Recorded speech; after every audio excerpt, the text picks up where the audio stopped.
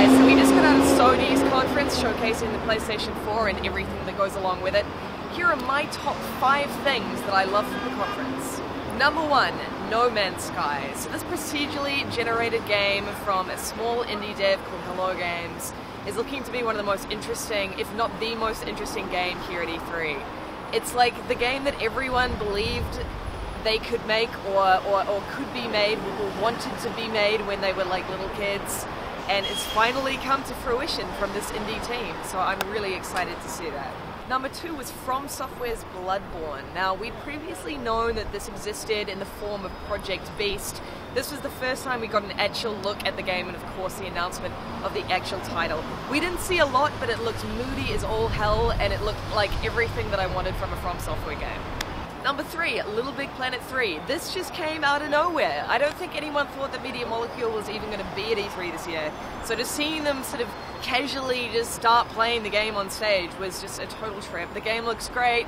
I'm really excited about these new characters, and I'm eager to see more. Now, of course, number 4 was Uncharted 4. Now, we all knew this game was coming. We all knew that it was going to be shown at the end of the conference. It's kind of Sony's big knockout blow.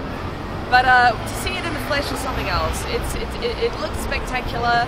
I love the whole concept of Sully and Nate venturing out one last time. I'm really excited by it. We didn't see much, but the taste was enough to get everyone in a frenzy.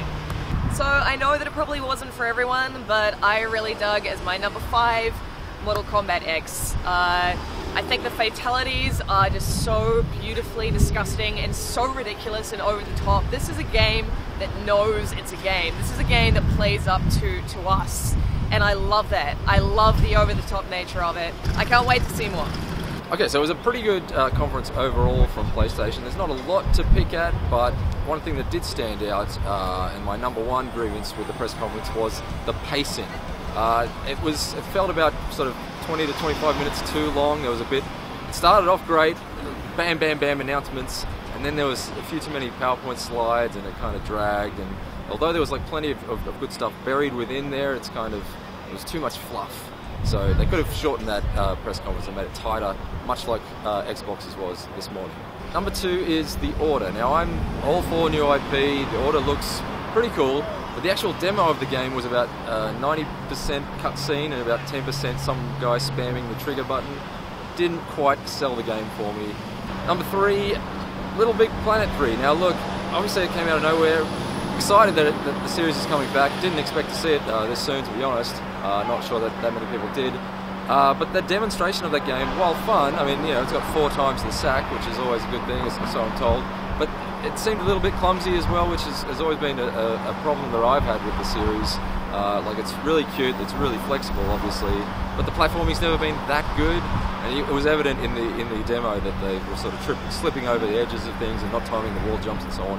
So that gives me some concern. Number 4, Powers. I mean, that looks amazing. I haven't read I'm not familiar with the comic book, but from what I've heard from Lucy just now, it's great. Kind of dragged on a bit and ultimately just built up to a couple of concept art slides. Wasn't quite there to sort of get me over the edge with that one. And lastly, I mean, and this is kind of a good thing and a bad thing, was PlayStation's the only conference traditionally at E3 that actually serves booze. And I think that Adam Boyes may have had a couple, because he was producing some pretty awful zingers during his presentation, which were kind of funny because they weren't funny, so I guess that was kind of a plus as well.